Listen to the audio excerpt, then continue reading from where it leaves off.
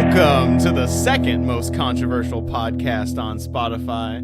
This is the Sounds Obtuse Podcast. I am Dylan Carter. With me, as always, my trusty co-host, Christian Cruz. How are you, buddy? How's it going, man? Man, it's going great. I feel on top of the world tonight. Why is that? That is because we are coming back victorious from our trivia night. And aside from that, we've got a fantastic show lined up here. We do have a fantastic show lined up for you. We also have a guest in studio today. We do. It's always a good time when we have a guest in. It's a good buddy of ours, a gentleman named Chad Bell, otherwise known as Glam Slams on Twitch. How's it going, man? It's going pretty good. Cool. Glad to have you on board with us. We got a big topic in store for us. You, sir, were recently celebrated of a momentous decade occasion.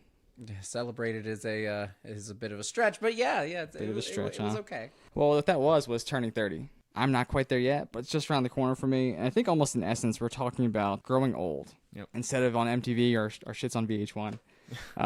This is the real life. Yeah, this is it. The change is being made right now. So yeah, Dylan's not quite there. If you remember, he had a birthday not too long ago. He's still the youngin' here. Back in November, I turned 27. So I mean, the clock is ticking though. I'm basically dead. Basically, this is an advice podcast for Dylan. He has 3 years to get his shit together, and we're gonna try to help him out. And boy, let me tell you, just having seen some of this, it is not looking good. That makes me feel great. I am just counting down the days until I lose all my hair. Yeah. See, when the time comes, I'll be like already in it, and if you need help with that crisis, I'll be there for you, pal. I know you will. No doubt about that. I know you will. But we got a great show for us today. But how have you been this week, man? Man, I have been glued to the screen. I have been watching some mixed doubles curling. It's like the only thing I was doing. I think it is your favorite. As I said, after a few too many adult pops, I think I said it maybe 7 times that actually made it in the pod. Yes, mixed doubles curling is in fact my favorite winter sports event. I've been glued to the screen watching that. I was a little upset. My team didn't make it. Bruce Mallett, Jennifer Dodds. Can't win them all. Team Scotland, a.k.a. Great Britain. Valiant effort. They ended up getting beat by Sweden, who took home bronze. The gold medal match was just fantastic. It was Italy versus Norway. I mean, just insane. The female player for Italy is just out of sight. Her name's Stefania Constantini, and she's a very Italian-sounding name. She's an absolute sniper. Every time that they're like, and this is going to have to be a perfect shot by Constantini. I've seen a few of her shots. They were on point. It was truly remarkable. Like you consider it like Odell Beckham making a one-handed catch kind of thing. It was exactly like that. Watching her was extremely clutch. And like whenever she swooped into her position to launch her rock, she always looked like a bird of prey. Her eyes were so fixed. Like a hawk. Yes, her eyes were so fixed on where they needed to go, and she was just so composed and graceful and silent, like a bird of prey. It was an absolute pleasure watching her. Her male counterpart, Amos, they were a really good team. They took home the gold, and that's what I've been doing the past week, is watching that. It's pretty much the only thing to watch on TV There was a It's lot on the of screen curling. as we speak. There literally is curling on the screen. There's curling right on now. the screen. It's not mixed doubles, though, because we've kicked off with the male and female teams. So let's go Team Dad Bod. Team USA. Always Team USA. Oh, yeah. At least in my book. But that's enough about the Olympics until the end of the pod. Yeah, if you just want to just keep going, don't worry, no worries, because we will dive into some of the more deeper aspects of the Olympics at the end of the show. Yeah, just a little catch up of what's happened. This is basically the first full week of competition, so I think it's a good time to catch up and see what all's been going on. Give some scores. I like that. I definitely like that. What about you? How's your week? So I had a pretty good week. I actually went and saw friend and actually guest of the pod, Lady A's performance. Went to the place. She played wonderfully. I don't know she always does. If I mentioned this previously, but I recommended the Kanye West song "Runaway." She did a wonderful arrangement of that. Did she? The one that was in Westworld? No way. Oh, she killed it, dude. Amazing. Killed it. It was wonderful. She can do anything. Yeah, she really can. I was super impressed. Fantastic performance. I also, this week, for the first time in my life, played my first role-playing game. It was earlier this week, and the game was 10 Candles. It was. Yes. We didn't finish it, but we did play it, and it was really fun. Why didn't we finish it? What episode had to get pushed? It was the Halloween one, right? Yeah.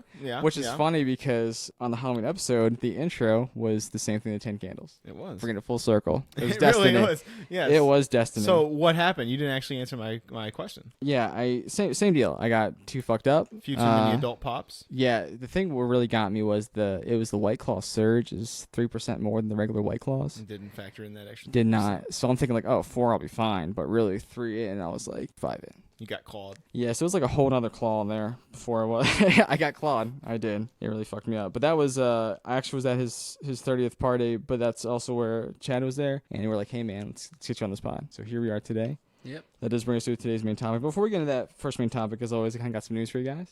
Just a couple headlines. I love them. From this past week. First, I think this is the biggest news. If I get to any of this news today, regardless of what time we're at, this is the news of possibly the month. Probably the year, honestly. I mean, you're talking about the Olympics, but you can almost call this Goth Watch at this point. Goth Watch. This is Goth Watch. So not like Weezer, the long suspected Nicolas Cage confirmed goth. Oh, I think I saw that about He this. said it in, I think it was a Rolling Stone interview. Yeah. Confirms goth. No longer do we have to guess. We don't. You can just. I mean, all those sleepless nights. Mm-hmm. I was just tossed from left to right, wondering, is he or is he not? Thank goodness. Yeah, he says he's always been goth. And if you look at his film history, I think he did like a vampire or Dracula movie in the late 80s. And he's doing another one now. So, I mean, what more do you got to say? There's your through. Speaking of bats and things like that, we got Batman from the Justice League. But not just any Justice League. It's a Jurassic Justice League. So you got Batman, Superman, they're dinosaurs. Joker's a dinosaur. Doing their thing. What is this on? This is a Picture. real thing? This is a real thing. I got pictures. Like what is this? Like what type of media? It is This a comic book coming out. This is a comic book, but they're dinosaurs. Yes. Jurassic. You got Superman, Batman, the Joker there. You really do. Yeah. They're all here. They're dinosaurs. Uh-huh. How is one both bat and dinosaur? The interesting thing about that dinosaur is that he has the little bony things on his forehead. This is the Joker. That's pretty sick. If you like superheroes and dinosaurs, this is probably right up your alley. I mean, this is sort of the same thing that probably happened for people who liked tornadoes and sharks. When it was just like, well, finally a movie for me. You know, looking at this picture though, it looks like Joker is kind of some sort of like a aquatic kind of dinosaur where that they have the lines drawn and they kind of look gills like fish gills, like how that they would draw villain mermen and stuff like that. So the artist actually said he wanted to base them off real dinosaurs, and he basically based that. He went off the real dinosaur that the ones in Jurassic Park were based off. That's why the Joker looks so like slinky like that.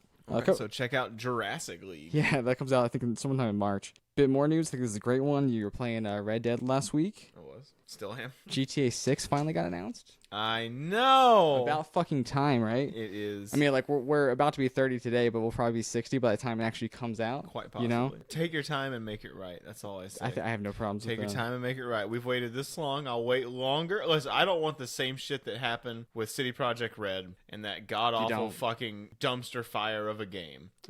Just take your time. Don't overhype it. Focus on what you got to do and make a good game. That's all you got to do, Rockstar. You've done it numerous times. Do it again. A decade to figure this shit out. Yep. I think they'll be okay. You got it. Another video game news. This one really literally made me jump out of my chair because I could not believe the stat. So you guys know Nintendo Wii? Mm-hmm. Familiar. The game that got fucking grandmas out jumping, throwing bowling balls and stuff like that. Pretty damn popular console. It ended official production in 2013, so it went for 7 years and sold over 100 million units. It's a hell of a lot. 100 million. One of the most popular consoles of all time, right? Okay. Just recently, this console came out in 2017. Yeah, about just hitting 5 years, the Nintendo Switch has sold 103.54 million. Tops it. Nintendo Switch has also the Wii. Isn't that like crazy? I sort of can't really attest personally because I've actually never played a Switch. But you know, everyone had the fucking Wii. But yes, because I have. Put it into that kind of perspective. But you did let me hold the controllers for the Switch, and I gotta say, them Incredible. bitches be slick. I love them. That is a slick controller. I love them. Two more pieces of news real quick. You know, Meta, the Facebook VR thing. Yeah. They are bringing in a 4-foot no grope boundary, so no one gets. A what? Wait, what? Yeah, they're putting in a 4-foot boundary between the avatars in the metaverse, so no groping happens. Locking that in. But wasn't that one of like the fun features of the avatars?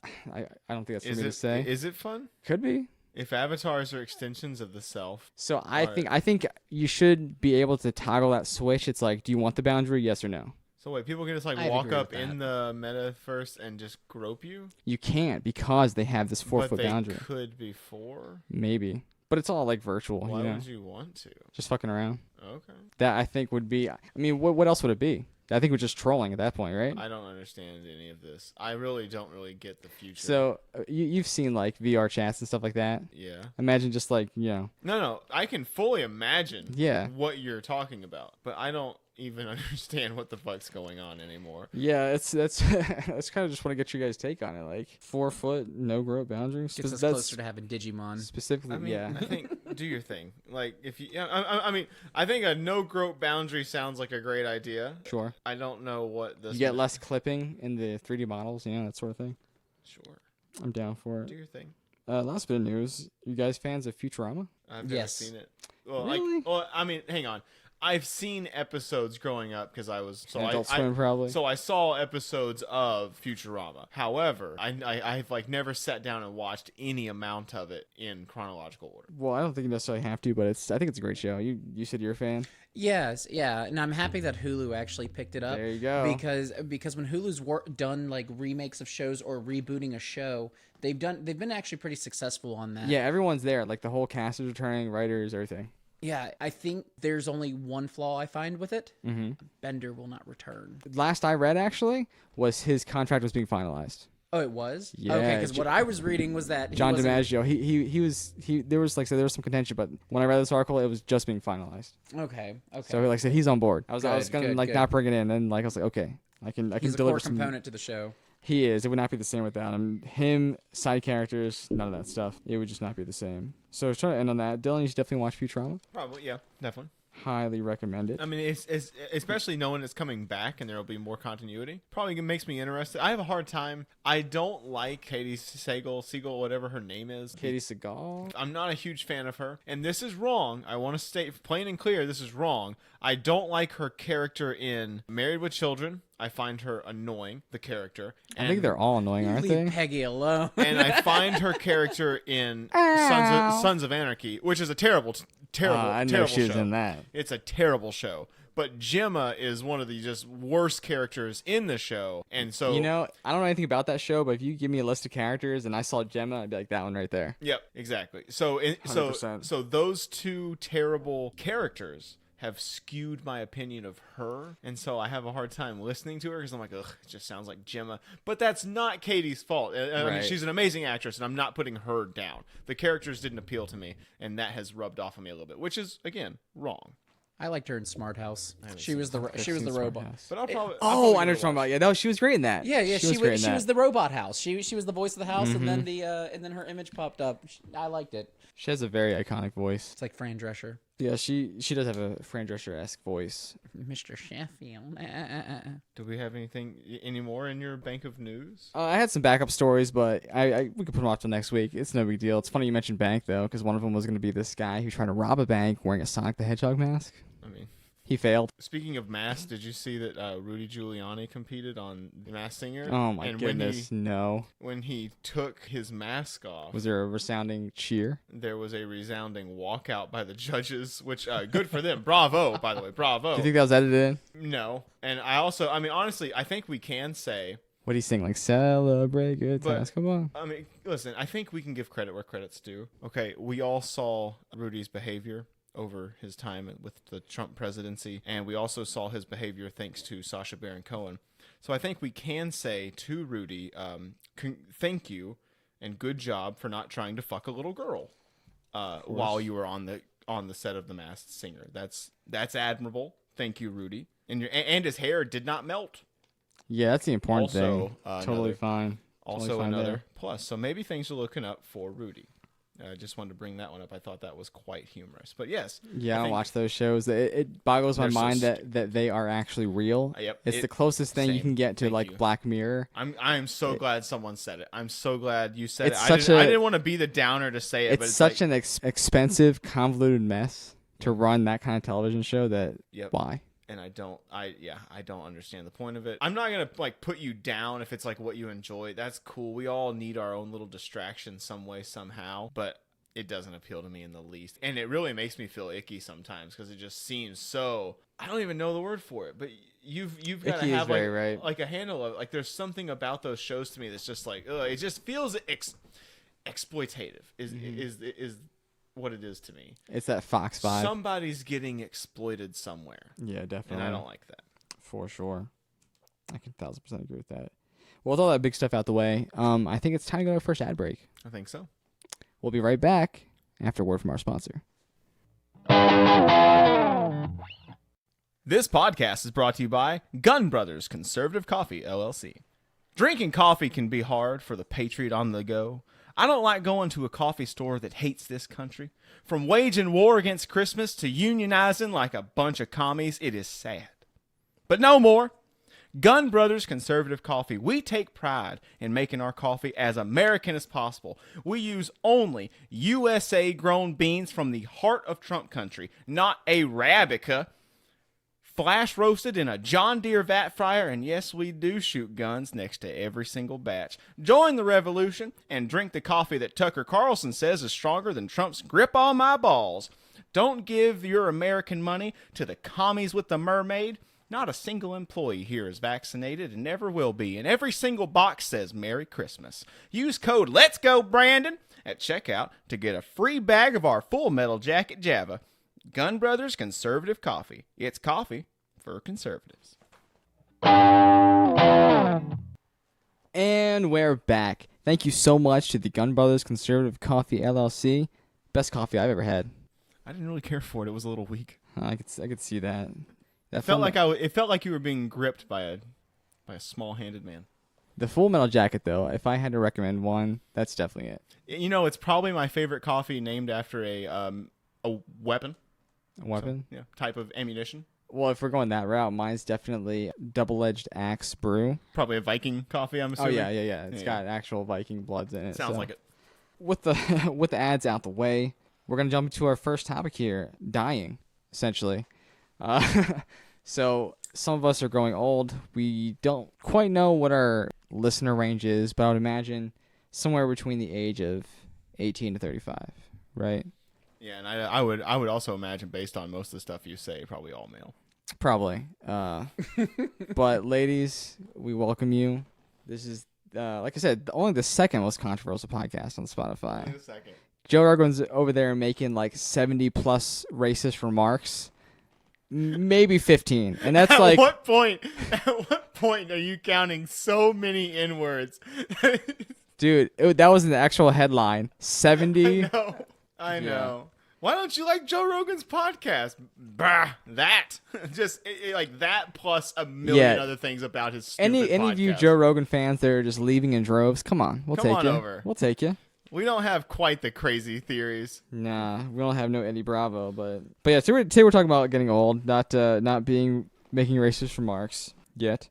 Maybe that's a part of getting old. You just get your natural. It sure seems like it. Yeah, your natural like way of talking is just becomes outdated, and just everything you say is a microaggression. Who knows now? We will get into boomers. We'll get into what we are. Chad, you are now 30. Like I said, I was at your birthday party. I will be 30 by the time this podcast comes out, because this will be your last podcast as a 20-something, which is kind of crazy to say. Dylan's still got plenty of time left in his 20s. I'm gonna hold the torch for you. Gonna hold the torch, man. Yeah, we're trying to. As long as you can. I'll be the little 20-year-old. Please do. Yeah. So, how was 30 for you? Because I imagine it's kind of going to be like when you're 18 and you kind of like think like, oh shit, I got to pay taxes now. And all this heavy thing is just going to start coming at you. Like, you got to call up your own doctor's appointments and things like that. But then it's just kind of like another day. Is that kind of what it was like? Well, what you just described is actually me turning 18. Okay. Well, you said 30. Yeah. Did you mean 30? No, I imagine it's going to be like when you turn 18. Oh. Completely different in my opinion, yeah. Completely different, huh? Yeah. How so? So basically, the onset of feeling 30 started really kicking in about 2 weeks before my 30th birthday. That's right where I'm at now.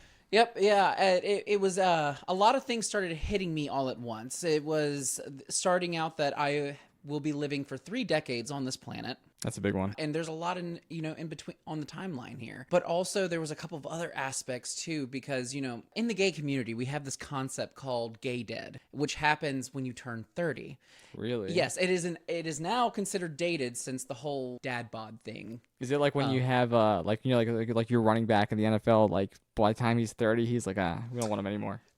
Basically the mindset, which was basically offset by, by specifically white twinks, in the community, where it is that once you become a, I was gonna say the uppity ones. Uppity is one way of looking at it. Okay. I like to call them pretentious, presumptive, unnecessary, Unworthy. no. Well, they certainly feel like they're worthy. Okay. But so basically, the concept of gay dead comes from back in like the early '80s and '90s, where the older you got, the more unappealing you became, right? And so it was a running gag in the gay community for the longest time that once you hit 30, like that was the end of your hookup culture. That was the end of your adventures in the world of sex. You should be you're on the decline. Now you need to transition into start wanting to settle down and Just go be an old queen. Yeah, get a little dog. So I would like go to bingo on Tuesday nights. on a quick jab. One of the things I would like to say is that I don't look at myself as getting old. I'm getting ripe. Right? I'm becoming I more look at ripe. that You know, too. bananas as they age, they're not expiring so much as they are ripening. Yeah, men age like wine, women age like milk. That's all the saying goes, right? This is why there's no female viewers. Well, it's okay. Maybe I can add a touch of femininity to your show, a little bit, just a little bit. Help us out, man. Yeah, I will try. You know, I've been a cross-dresser for Christ for God knows over 8 years. So There you go. Cross-dressing for Christ. Give it up to Jesus.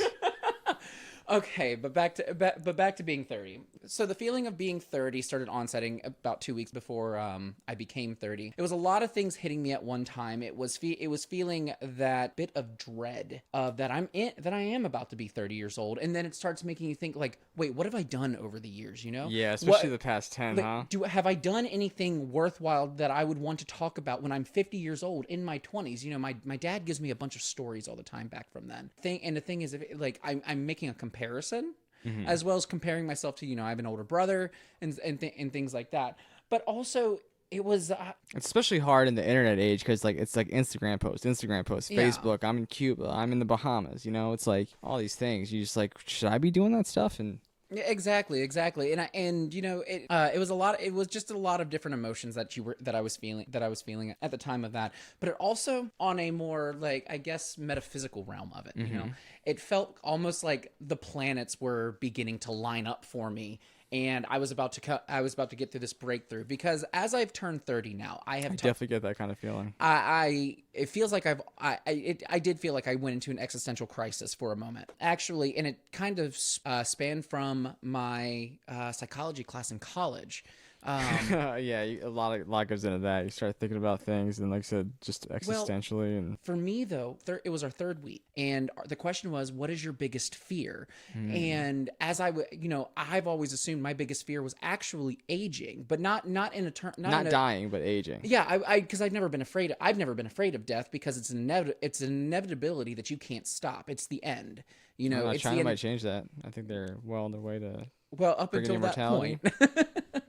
But possibly in our lifetimes. But so for me, what it was, as I was typing this out, I've had this assumption in my head that I was scared of age. I was scared of getting older, that I was going to one day look in the mirror and I'm not going to recognize the person before me, As I was typing out what my greatest fear was, I started to actually piece more pieces together. I wasn't scared of age. I was scared of time, because right before I turned 30, the image popped up in my head that I was 4 years old at one point, and I remember I remember being that age. You almost don't remember your first 5, let alone your first 10 at this point. But I remember being 4 years old, watching cartoons with my dad, and then it feels like that very night that I went to sleep, that I woke up as a 30-year-old, and all this time has passed by. And now memories. I wake up, my dad is near 70 years old, and then so I start getting that feeling like time was taking stuff away from me. And that's what started onsetting for me when I turned 30. The second that I turned 30, it's still something I'm fighting with myself even now, that time is it's here. Constant, not going anywhere. Exactly. It's going to keep coming whether you're ready for it or not. And the funny part is when I was typing that out and everything, I got graded for a 30. I got a 30 out of 100 points for going into extreme detail about this fear. And the only reason I got a 30 on that was because I couldn't describe how I cope with it, nor where it could have originated from. And the thing is, like, time is and it isn't. Yeah, where does I see spiders here, and I'm scared of spiders. I'm very much scared of spiders. They're cool guys. But the thing is that I could cope with the fear of spiders by educating myself on them and reading books. You can kill a spider. You can't kill a fucking time. I can't kill the esoteric. You can't kill time, and I think that's the scariest part is when you're killing time, not fucking doing anything. You can't beat it. and you're stuck to it. That was some of that. That's still some of the emotions that I'm feeling as I turn 30. Now, with some good opportunities now at being the age of 30, I'm moving to Florida in 2 months because I got a really good job at the Jacksonville Jaguar Stadium. And so Congratulations. Thank you. Sure. And it feels like that, even though I'm still feeling that sense of dread from turning 30, I'm seeing that there are levels of opportunities. Can I ask you this? Do you think you're where you thought you would be at this point? No, absolutely not. I thought I would be actually further progressed than what I have been. Honestly, it took some pretty crazy stuff over the past 3 years to really lead my mind into thinking where I need to go. See, there you go, Dylan. 3 more years. It took this guy 3 years. You got 3 more years till you hit 30. You could be ahead of the game. Well, there was a bit of trauma that was laced up into that one, but I pray that you don't actually have to go through that. 3 years to have a very successful podcast. Well, boys, I'd say we are on a very good start. On the way. I wanted to say on the topic of time, real quick. I wanted to say, do you think that you appreciate time more now? Honestly, no, not, and that is subject to change, of course. But because of just having to identify the trauma through my psychology course and stuff like that, it is not something that I am quite friends with right now. It is because it's still hitting me and giving me certain episodes of dread. It scares me. It's a constant antagonist. Exactly, and it's one that you just can't fight. It's like fucking Mr. X from Resident Evil 2. So for me, I certainly appreciate time more than I did back in my youth. I feel I don't even want to watch movies that don't immediately interest me entirely because I don't want to waste 2 hours on something that a video game I don't enjoy. Yeah, and like sometimes even spending time doing the things that I like on my day off, sometimes I'll just kick it playing Red Dead, but I'll spend a good deal of time doing that, and I'll become down on myself for wasting that time. And I'm like almost kicking myself because I'm not doing something quote unquote productive. But it's just like, I don't know, that concept of time for me, everything that takes time out of my day now, I scrutinize even harder. And so I feel very much like that's something I've become a lot more conscious of. An hour means a lot more to me now than it did 10 years ago. Certainly. I completely agree with that. I do see it. I do see a bit of that standpoint because as even right now, it feels like days are going by like hours. Like that. That's just what it feels just like fucking sand running through your hands. Like you just can't keep hold of it. To me, is how it feels. It's just like the days just tick by, and I'm like, man, I've got so much going on. I've got to get so much done in this 1 week, and then I blink, and it's like 2 months later, and I'm like, wow, this is weeks go by. It's and it really sets in for me, I stay up until like 5 or 6 o'clock in the morning, and it feels like those, especially those weird days, because it's like 2 days go by and you sleep till like 3 p.m. and you wake up. It's like, whoa. That, and also it's just like, I feel like I blinked and it was 6 p.m. just a moment ago.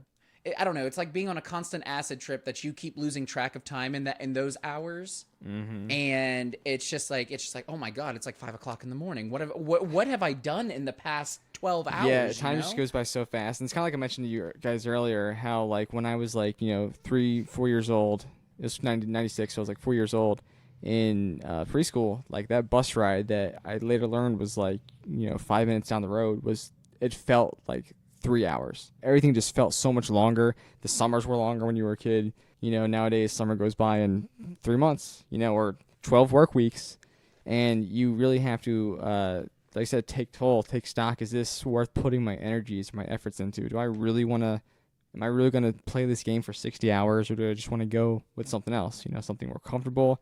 Do I want to play this game I've played before because it's my favorite, but I could relive these memories. Maybe it's an old game, something from like an older generation or whatever, and you're like, I really love this, but I also want to just try something new in the limited time that I have. In addition to movies and TV or video games, whatever, you have to allocate that precious, precious time to people. I mean, here we are today. I appreciate you guys coming by to spend a couple hours to record this podcast. That's taken what amount % out of your guys' lives that you could be with other friends, other family members, helping out homeless people, petting your dog, whatever. Well, given that it's midnight on a Thursday, I don't think I'd be doing much of anything else. It's not too much. Yeah, it usually works out pretty well. I'm certainly glad. But those are the things. Like even earlier today, me and you, Dylan, were talking about. It's crazy to think that we probably have more friends now, this late in our life, which is crazy. Because not that I didn't have friends as a kid, but I definitely didn't have this many. Certainly didn't have the means again with social media to really keep up with everybody either.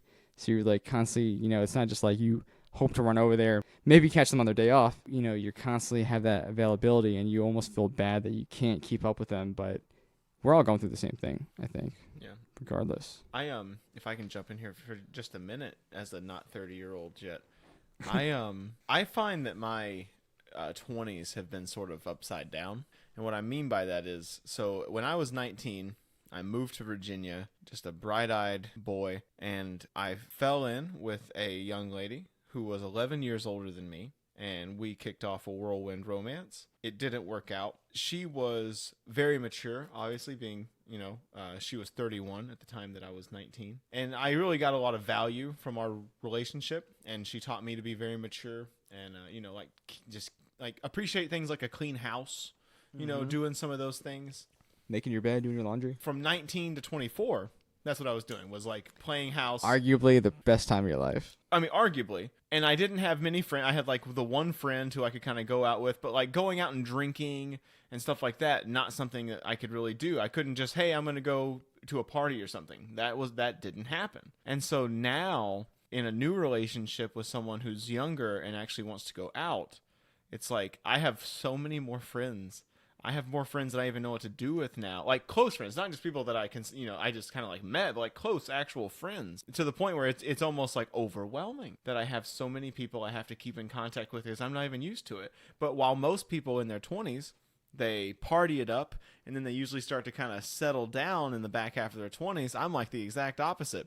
Not that I've gone crazy or anything, but it's just like I didn't get to do any of that stuff from 19 to 24. And now it's just like, this is party time. This is party time. I got a bunch of friends, and I'm just ready to hang out. And do you have any friends that you still have from like when you were a kid? We'll put it this way: that you've had over half your life, because for us it'd be at least 15 plus, right? Mm-hmm. Not close friends. I have friends back from like high school. Like we were super good buddies back in high school, middle school, stuff like that. And I'll check in with them. Facebook does make stuff like that possible and easy just to kind of check in.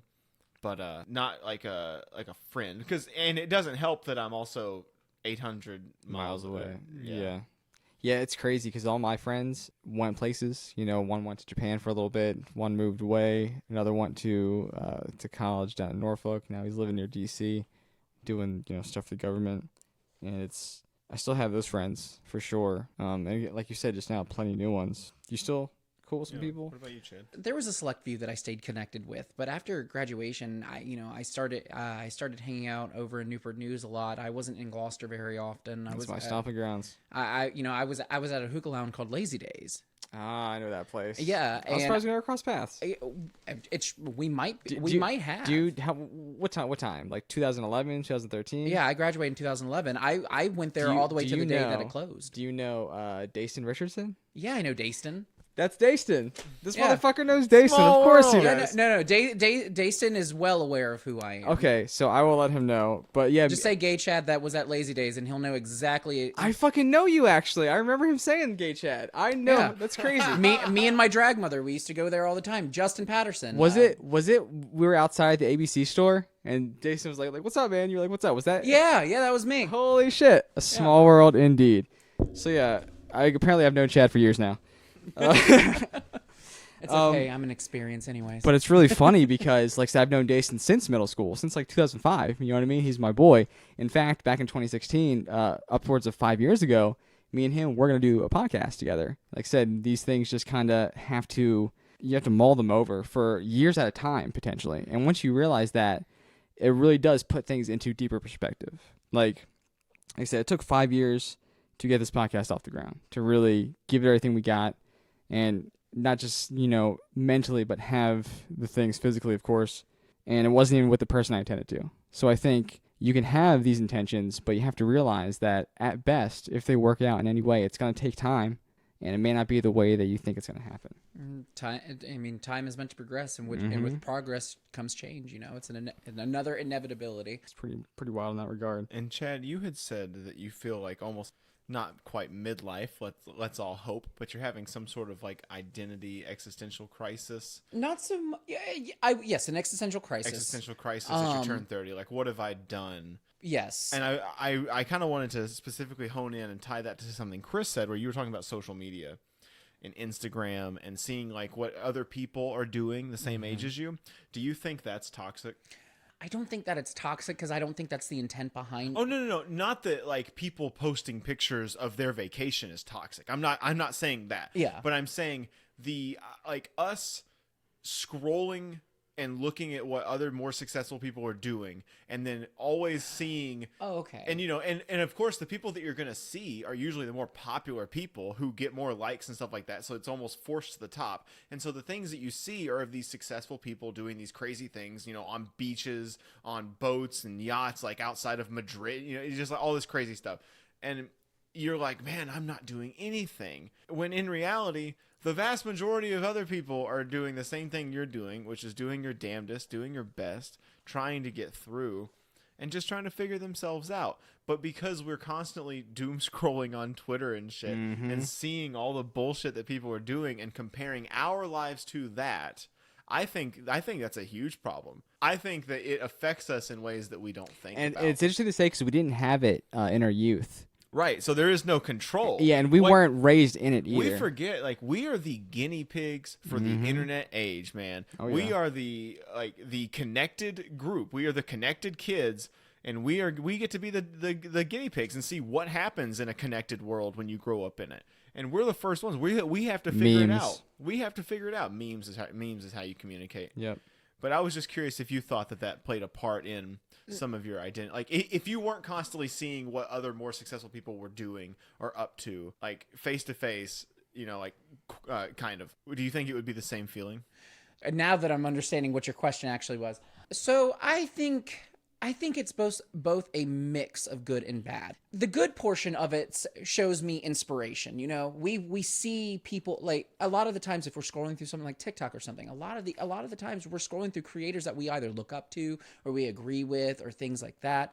And I think that seeing creators who are around our age, who are yes, sometimes they're just like us, and you connect even more with them. Yeah, exactly. And I think that there is a level of inspiration that can be brought from that. However, on the opposite angle of that, I do think there is the point that you're making right now actually does hold some value, because it and that all depends on the person at the same time of who's viewing it. Depression, you suffer through depression. You're really hard on yourself or anything like that. Yeah, of course, that can translate to become toxic for somebody, because especially if they put themselves on a downward spiral. But on the opposite end, there's also ways of gaining inspirations from being able to see people. I can do that too. This person was able to make it big. What stops me but myself from being able to do it? And it all comes back down to... That's always what it comes down to. Yeah, exactly. It's all about how you're viewing, how you go back to view yourself and view yourself in the situation. Am I being toxic by doing what I'm doing, or am I trying to actually help myself in viewing what others are capable of? Yeah, I think of it as like, is this going to garner more entropy or less entropy for the overall, like, universal system here? Exactly. Karma, in a sense. Do you think you guys have found your tribe? Yes. I want to say yes. You might still be finding, would you say? Well, here's the thing. I would have told you when I was 17 I found my tribe. True. These are my ride or dies. And these are the people that I very occasionally will say, yo, what's up? And they'll say, yo, what's up back on Facebook. Oh, yeah. But that was my tribe. Yeah, there's people 10 years ago. I know for like decades as well. So I don't know. It's sort of like, do I want this to be my tribe? I love the friends that I have. I've got some amazing friends, and I love going to our trivia night, because I get to walk in. I feel like Norm from Cheers, and everyone's like, it's Dylan. I love that. I was going to say, like, because there are people undoubtedly that all of us have experienced in our lives that were there for, you could say, like, seasons, but you definitely don't hang out with them anymore, for better or worse. But you think, like, where you're at, I guess everyone changes and evolves. Yeah. Do you feel right now that you're going to be any different than you are right now? Because I remember I had a lady one time tell me I was 20, and she was old. She was like at least 85, old lady. And she said, you're going to be, because I was very courteous and stuff, and she really appreciated that. And she said, the way you are now is exactly you're going to be when you're my age. I don't know if she was just trying to implant that, or I mean, do you guys agree with that statement? No, I don't. I think it's a bit of projecting. Could be. I mean, that like might have happened to her, but Mhm. I mean, we can look at generations and tell you that that's not true. That doesn't hold water when you really look at it. Look at the fucking boomers. Look at who the boomers were. Look at who the boomers are now. They're the absolute opposite people from who they once were. They once definitely see that. they once could have been the greatest generation, the generation that actually brought forth a lot of great change, and they turned into a generation of fucking white supremacists and white nationalists. Not all of them. They're still good ones. But back in the day, there was a period where... You could say they're easily swayed. There was a period... Oh, yes, but I would say, in the defense of the boomers, 'cause I don't want to paint all of them with the same brush. That's not fair. Back in the day, you had the loudest ones were the ones who were fighting for a change, and now the loudest ones are the ones fighting for regression. So something happened along the way. What do you think will be our struggle? We're all in the same kind of... I think we're already in it, You think so? honestly, right now. I mean, let's look at what we've actually experienced over the last decade alone. Yeah. You know, we've had the Capitol riots. We've had so many different. We've had the riots. We've had coronavirus, the rise of BLM. You know, we have a lot of history making things happening currently. The culture war. Yeah, exactly. The culture war. I mean, we are the front lines of the culture war, and it's because we grew up on the internet, and that's where the battle is. Mm-hmm. The social media is I don't want to turn this into a social media pod, so I'm gonna keep this very, very limited. But social media, I think, in its rudimentary form, has turned into not what it was intended, but has turned into simply the battleground where the culture wars of today are waged. Well, the internet's also the new society. I mean, most people are just more comfortable with wanting the metaverse earlier. Yeah. I mean, it is just one of those things. Well, I know getting older for me, at least, the biggest noticeable things. I try to stay relatively healthy. I exercise, do stretches, all that sort of stuff. To me, it's getting like a little bit of gray in my beard. Because I've been losing my hair since I was in my teens, so that's no big deal. It's all good, but gray in the beard. The most notable thing, especially as far as time goes, is that like before it'd be like, oh, I gotta get up for work, give me 15 minutes. Now it's like, give me like 40. But you know what, with the gray in the beard, but that's what's in though. Like it comes along with like the whole dad bod thing. Like, I mean, it is something that is now considered physically appealing, where it used to be that being gray actually was not appealing. Well, that's the biggest thing I have getting old. Like I said, a little bit of gray. We'll get there even more later on. I have yet to receive a gray hair, and I'm 30, so you know what? I'm happy thus far. This is about where I expected to be in my life. Like I said, I expect to have at least a podcast with a different person, but, I'm glad to have you here with you, Dylan. I'm so proud to call you my co-host. Still got time to be a rock star, I suppose. But, if this is all my life ever amounts to, I'd say I'm pretty satisfied with that. I got at least double, maybe even triple my current lifespan. Could be 90, Allegedly. maybe even 120. Allegedly. Maybe 120. We'll find out in a future episode of Sounds Obtuse Podcast. So we'll be doing this till the day we die. What would you say? I just kind of want to close on this. Yeah. What would you tell if you could go back and tell 19-year-old you on your 20th birthday? The evening of your 20th birthday. You're gonna wake up tomorrow and be 20. What would you tell them? Let's see. Don't turn down certain roads because tickets. Actually, I know exactly what I would say to myself. Don't worry about your life changing too much. It's hard to say that, but in the future context. Yeah. I mean, it is. For me, it's just don't take certain things too seriously. Kind of live out your youth. It is that period where we're going into our first stages of true adulthood, where we're actually going out into the world and things like that. It's not, we're no longer confided to our parents and that sort of thing. But just don't take it all too seriously, and make sure you spend a lot more time with your dad. That's what I would have told myself. I really do. For me, I would tell myself, dump that bitch. Sometimes wise words. And then I would follow up with, fuck all the bitches and get all the money. But maybe not, because then I won't be who I am today. I'm more of a modest man. I feel like someone did tell you that. Just based on your behavior now, I really feel like somebody did come back in time and tell you that. I could say so many things. Invest in crypto, whatever. That's what part of me wanted to say, buy that Bitcoin. Yeah. Buy all that Bitcoin. That's a fair statement. That's perfectly fair. I do really like don't take anything seriously, but I never did. So I'm just good on myself there. something was told to me, and I think it makes a lot of sense. And because it was like told to me, and like, here's some advice, man, from someone who has been through many trials and tribulations. He said, just be honest. You got nothing to lose, right? Nothing to lose. That'll be my words of wisdom. Do you have any words of wisdom you'd like to depart? Well, I would be, I guess, turning 17 in the same scenario. Mm-hmm. So I would say, if I was going down the same road, going to continue down the same road, I think I would tell myself, you're going to have the craziest swings where your life one day will be so different from your life the next year. And you're going to go through these swings for the next 10 years and probably for every year after that. And don't put too much stock in those swings. Just go with the flow. You got to. Go with the flow. Chase those Yeah. whimsies and don't fight the current. Start that podcast. Yeah. Write that book. Here we are. Do your thing. Like I said, takes time to manifest. Take that time that is becoming more and more valuable to you as you age and put it to good work. That doesn't mean don't take time for yourself. That doesn't mean don't do things sometimes that might not seem productive. Just take time for you and do the things that you want to do, whatever that is. I like that. And last thing you wanted to say before we actually close out this segment? Don't worry about turning 30 too much. It's not as bad as what I'm making it out to be. It's just a bad headspace, but it is a transitional point in your life, and I think there's going to be a lot of doorways that are there that you should actually take advantage of at the moment. Yeah, don't be afraid. Yeah, don't Fear's not be real. afraid. The Frozen song, Into the Unknown, If I may Exactly. summarize it with a little bit of Latin, carpe diem. Seize the day. Yeah, seize the day. All right. With all that said, we're going to take one more ad break before our final segment. Here's a word from our sponsor. Funding for today's episode is sponsored in part by Wessel's Vessels. When you think of Wessel's Vessels, you think of quality, you think of ham, you think of craftsmanship. All these things are what's made Wessel's Vessels the only vessels for you and your family for over 79 years. Our vessels are bursting at the seams and ready to be used by you! Whether it's a capsized boat on the water or a kitchen pot filled with water, Wessel's has all your vessel needs covered.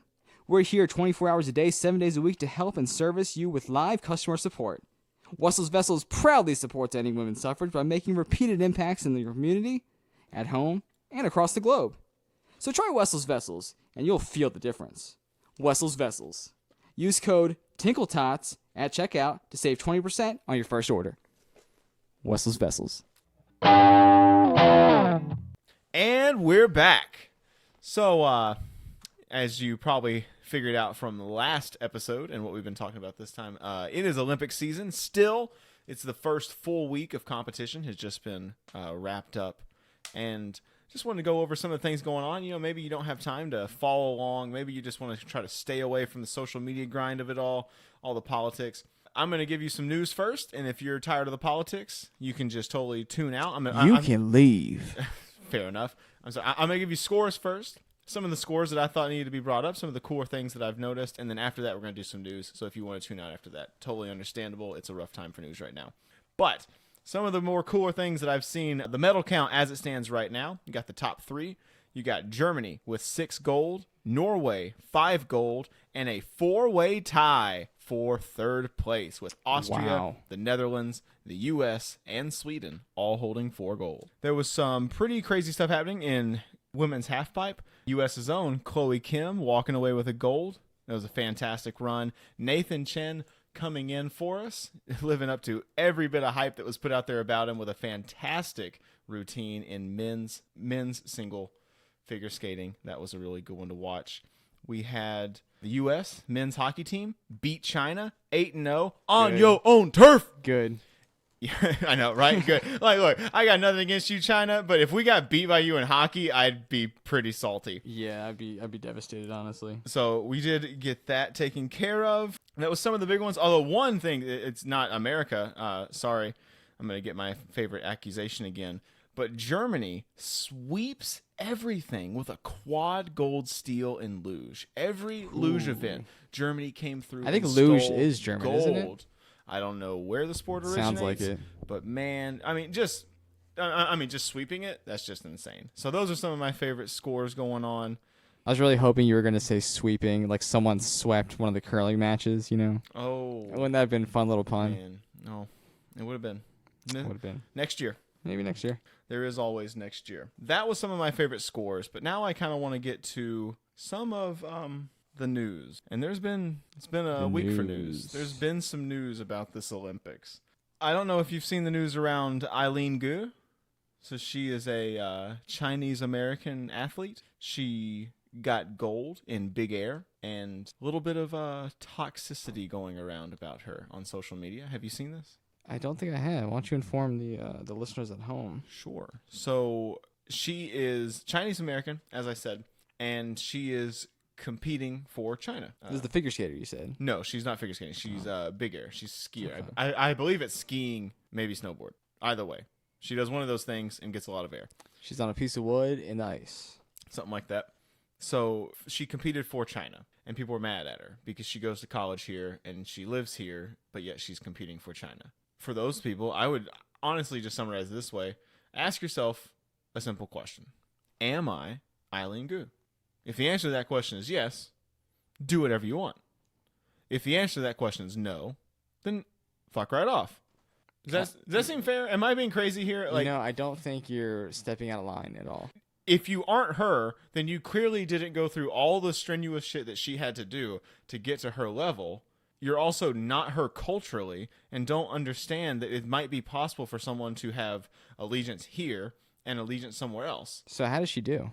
She won gold. So that's why they're mad, basically. They're mad because she stole it. She should have done that for us. And they even used, I even saw it all over. They said that she stole the gold medal. Stole it.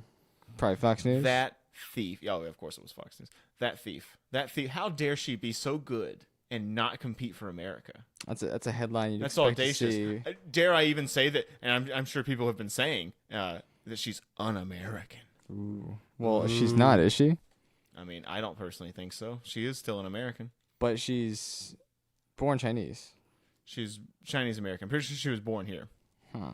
But it's like athletes compete for different places all the time. Like, do you have to be pure-blooded to or you can do whatever you want, really? Pure-blooded? What the fuck are we talking about? What she's not a fucking Shih Tzu.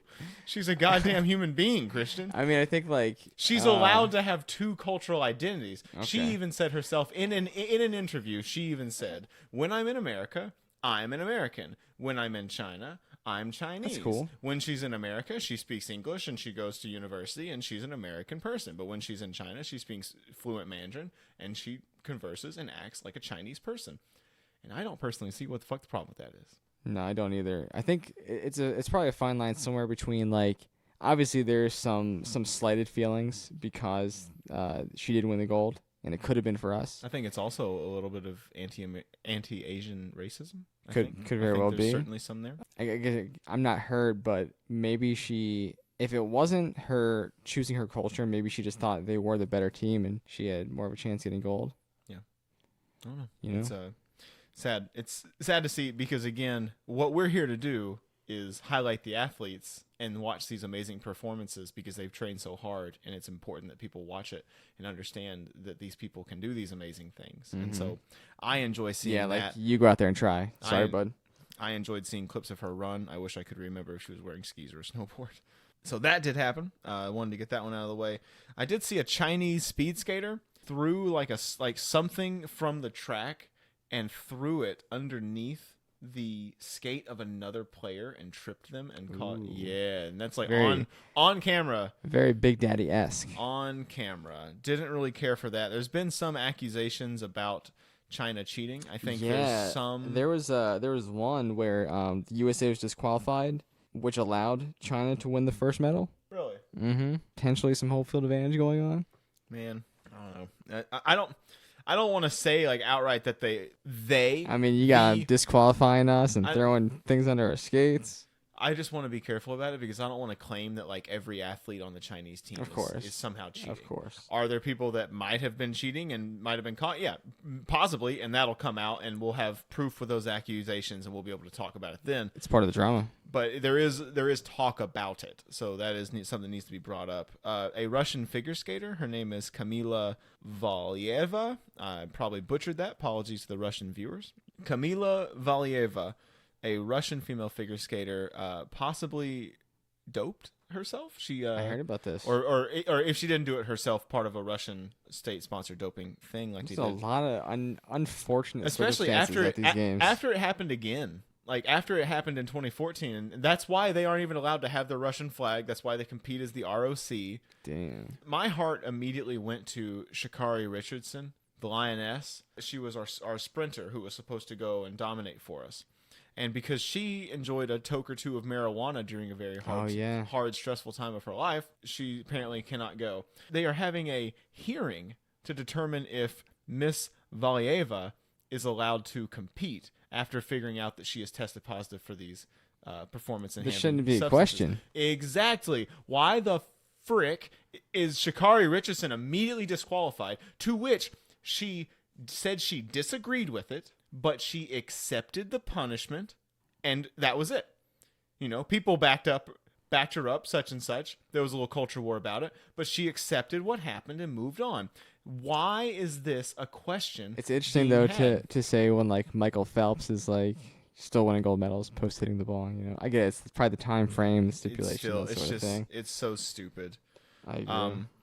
The last major thing I want to talk about, and this one's close to Christian and I here. She is like if we had the ability to sponsor athletes at the U.S. Games, I'm pretty sure she would be wearing I would definitely love an SOP patch on her. for sure. That is, of course, the Barilla shill, Michaela Schifrin. Well, she certainly did not have the runs that she would have wanted to have. We can say that. That's her own thing, I think, to deal with as an athlete. I think she has to deal with those losses, those bad runs in her own way. I can't judge her performance. Good Lord, you think I could have done half of that? Yeah, I couldn't even stand on a ski. Yeah, I've never even skied. I couldn't do any of that. So I'm not going to judge her and say it was a bad run. It's not my place to say. But she did not have the run that she wanted to have. We can certainly say that. I see really big parallels here with distinct differences, but really big parallels between her in these games and Simone Biles in the Summer Games. Simone Biles did not have the performance that she wanted to have. Everything leading up to the Olympics in Tokyo were all Simone Biles.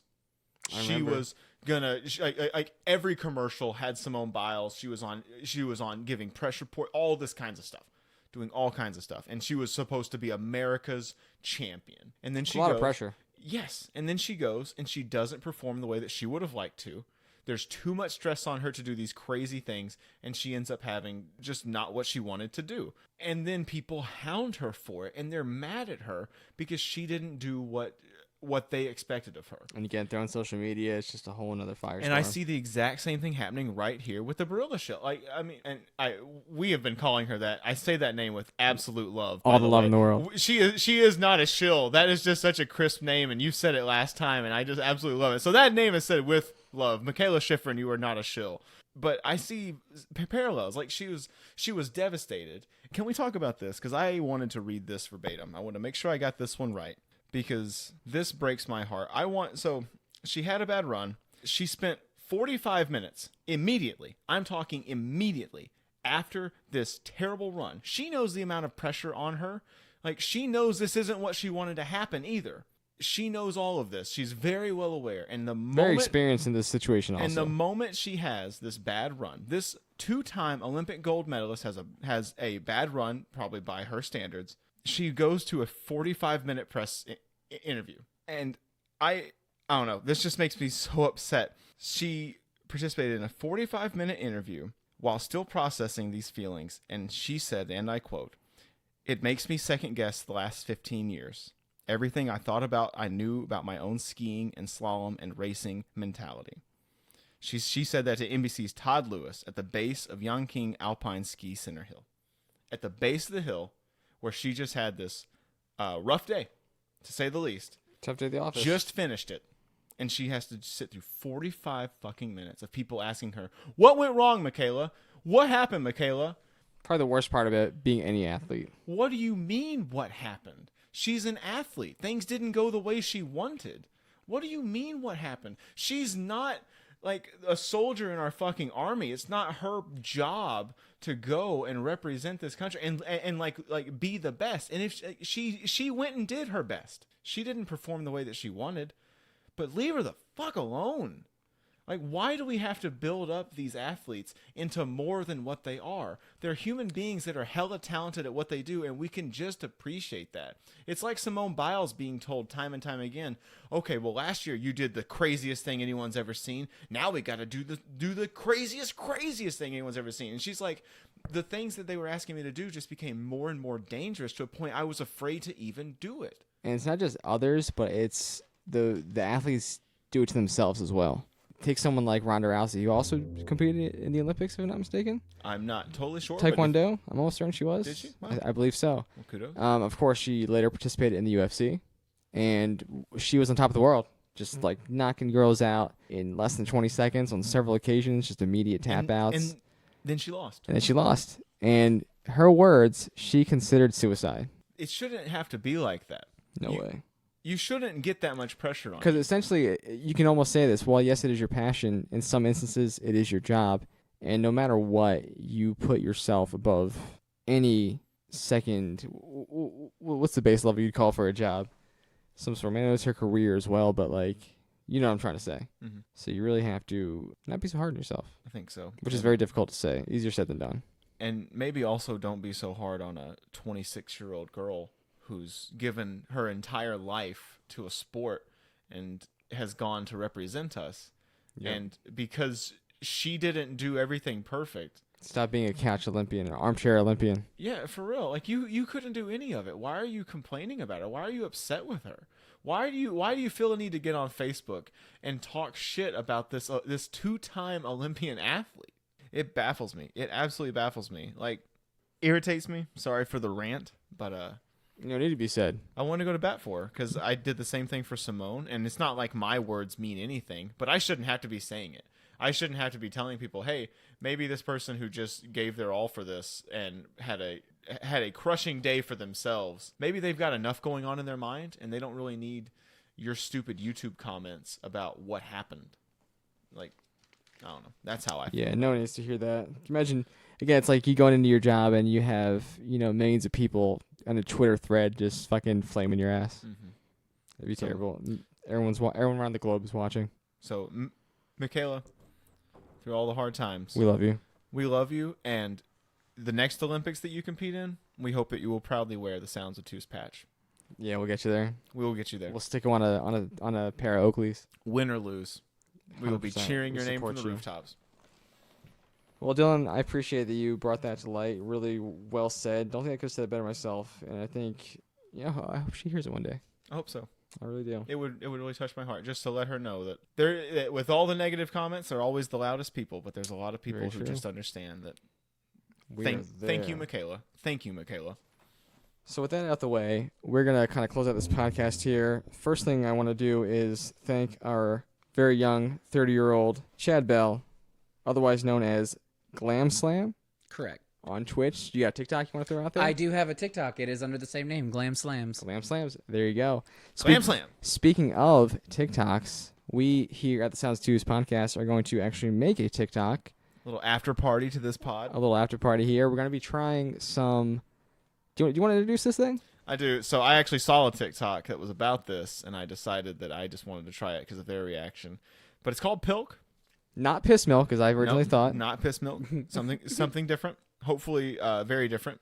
It is Pepsi and milk. So the first thing I'm thinking of is like, root beer float. Basically. Yeah, like it sounds jarring at first.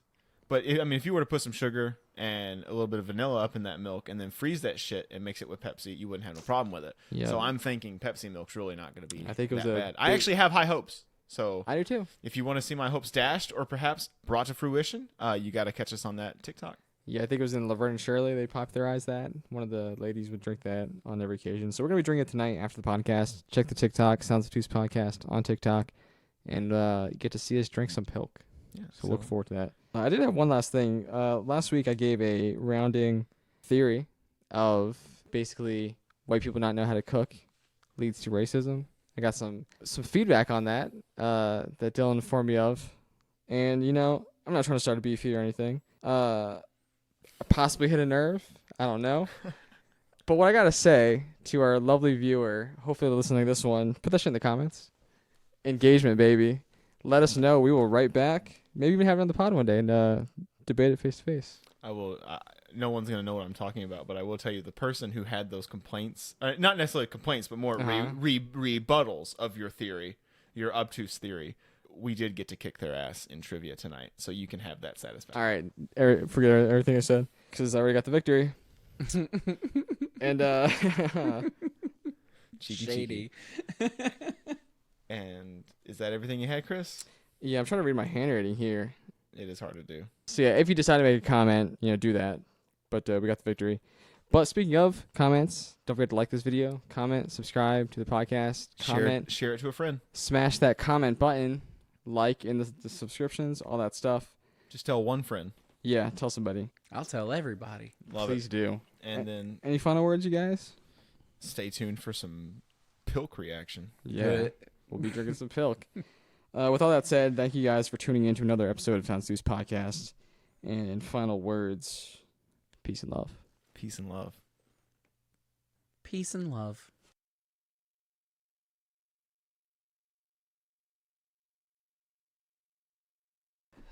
It sounds like it's derogatory.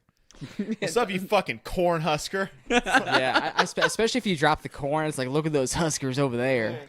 Come on over here and huck my corn. Corn husker. A shuck. Yeah, shucking just sounds like a bad word too.